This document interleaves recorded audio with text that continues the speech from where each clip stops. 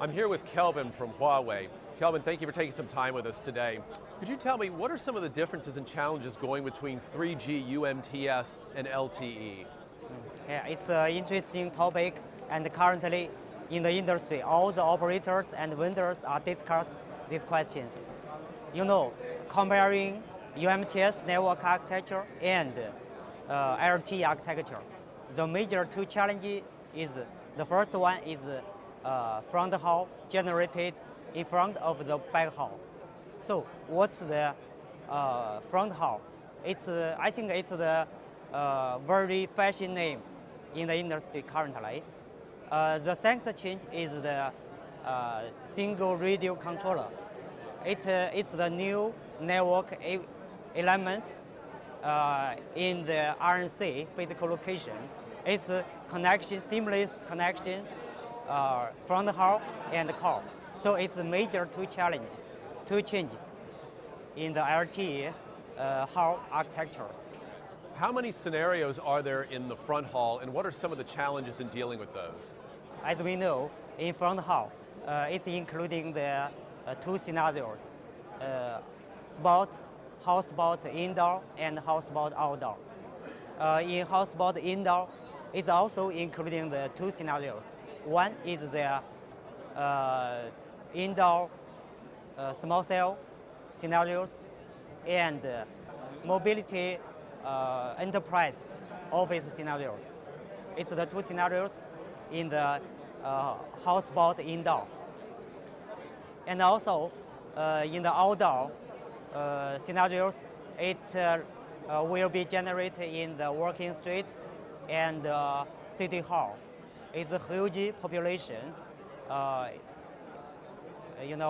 gathering the key features, I think. The major challenges in the front hall, indoor house spot, we think, the first one is due to the small office network. In this node, you must support the multi-service access, not only the automobile cell, small cell, backhauling, transport, but also including the Wi-Fi, maybe Wi-Fi, automobile cell, maybe Wi-Fi antenna, Wi-Fi small cell, and UMTS small cell, and LTE small cell. So in these scenarios, the major challenges for the transmission, including multi-service access and HQS guarantee, and plug and play zero management. So it's the key challenges for the operator, I think. What are some of the challenges in dealing with outdoor hotspots? In outdoor hotspot, we see the scenarios. It's the maybe operators have the different scenarios.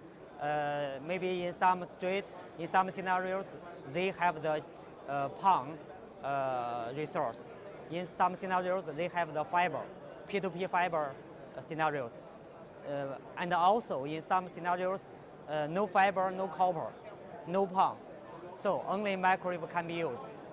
So in these scenarios, one box, zero print, and coordinate with small cell with the same dock, the same power, and also can support the power to the small cell. It's also another challenge.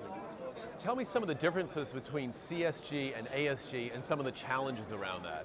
It's a good question, and also all the operators are discussed about traditional UMTS, CSG and ASG, what's the difference? We can see in the UMTS area, the CSG is the last mile. It's only the last hop in the UMTS area. But in the LTE, due to front haul generate, ASG as the pre-aggregation node is not the last mile. So what's the new requirements and the key challenges for CSG? Due to the pre-aggregation node, ring redundancy is necessary, and 10 gig capacity is also necessary due to the LTE capacity rapidly increased. And when we talk about ASG, difference between CSG, between ASG, between UMTS and LTE, we can see in the UMTS network architecture, ASG will be as the aggregation node. In this scenario, what's the major challenges and the major key requirements is based on in this equipment room is traditional OLT and SDH equipment room. In this equipment room, all the cabinet is based on the 3 mm dips. So in these scenarios, the CSG equipment can be reused traditional OLT and SDH equipment. So, and also in the ASG point, it's the FMC point, start point. So the major requirement in these scenarios, FMC key functionality, such as for IPsec, VPNPE, and enterprise or the BRAS, such as FMC key features is also necessary.